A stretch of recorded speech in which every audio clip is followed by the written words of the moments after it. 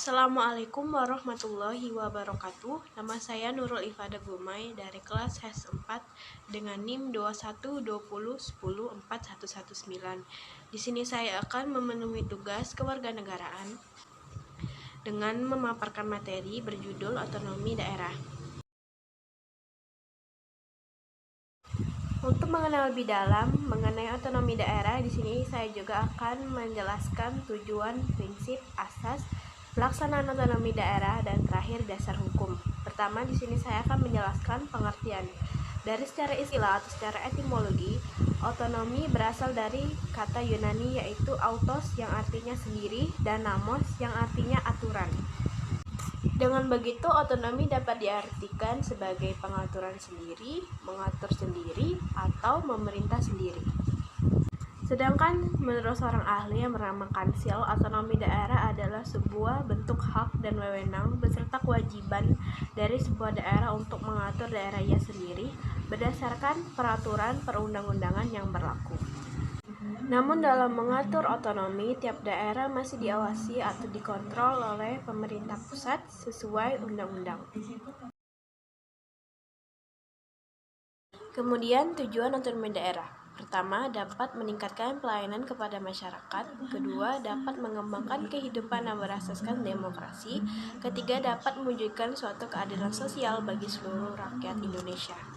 Keempat, dapat mewujudkan pemerataan daerah. Dan terakhir, dapat mewujudkan hubungan yang serasi antara pusat dan daerah serta menjaga keutuhan negara Republik Indonesia. Kemudian 3 prinsip otonomi daerah. Pertama, prinsip otonomi daerah seluas-luasnya. Berdasarkan prinsip ini, suatu daerah akan diberikan kewenangan untuk mengatur dan mengurus rumah tangga sendiri berikut pemerintahannya. Kedua, prinsip otonomi nyata. Berdasarkan prinsip ini, suatu daerah akan diberikan kewenangan untuk mengatur dan mengurus pemerintahan yang berdasarkan atas tugas, wewenang, dan kewajiban yang secara nyata sudah serta mempunyai potensi untuk dapat terus tumbuh berkembang sekaligus hidup sesuai potensi suatu daerah tertentu. Ketiga, prinsip otonomi yang bertanggung jawab. Prinsip ini bermakna dalam suatu sistem penyelenggaraan pemerintahan harus pula disesuaikan dan diperhatikan tentang adanya tujuan dan maksud dari pemerintah dalam rangka meningkatkan kesejahteraan di masyarakat luas. Otonomi ini. Kemudian tujuan yang ingin dicapai menurut prinsip ini adalah mampu memperdayakan masing-masing daerah dalam rangka meningkatkan kesejahteraan di masyarakat luas. Kemudian 3 asas otonomi daerah. Pertama, asas desentralisasi. Asas ini bermakna adanya penyerahan wewenang dari pemerintahan pusat kepada daerah-daerah otonomi berdasarkan struktur Negara Kesatuan Republik Indonesia.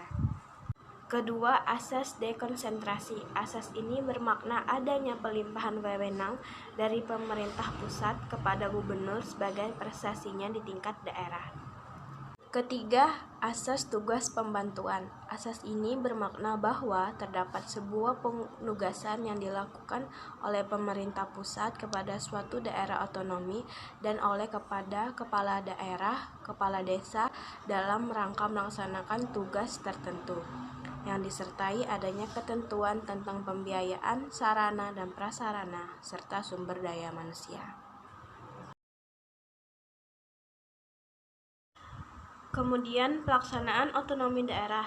Dengan adanya pelaksanaan otonomi daerah dapat diharapkan memberikan kesejahteraan masyarakat. Kemudian melaksanakan otonomi daerah cukup penting dalam rangka mengembangkan suatu daerah yang disesuaikan dengan potensi dan kekhasan daerah masing-masing.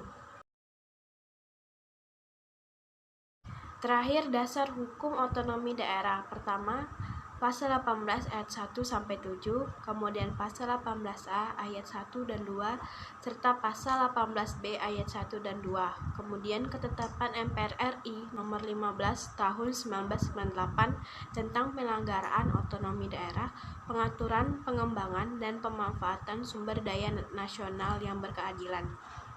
Kemudian ketetapan MPR RI nomor 4 tahun 2000 tentang rekomendasi kebijakan dalam penyelenggaraan otonomi daerah.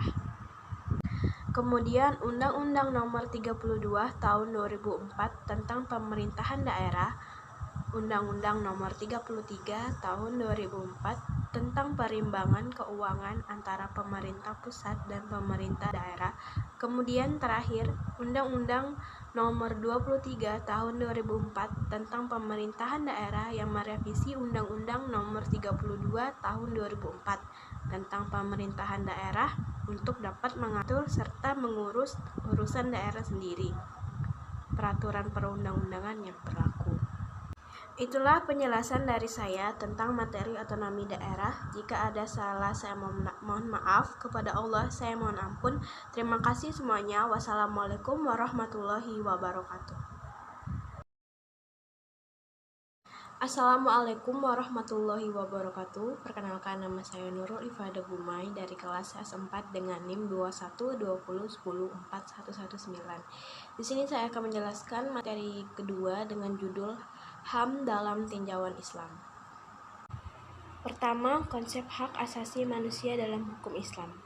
Konsep hak asasi manusia dalam hukum Islam tertuang secara transenden untuk kepentingan manusia lewat syariah Islam yang diturunkan oleh wahyu.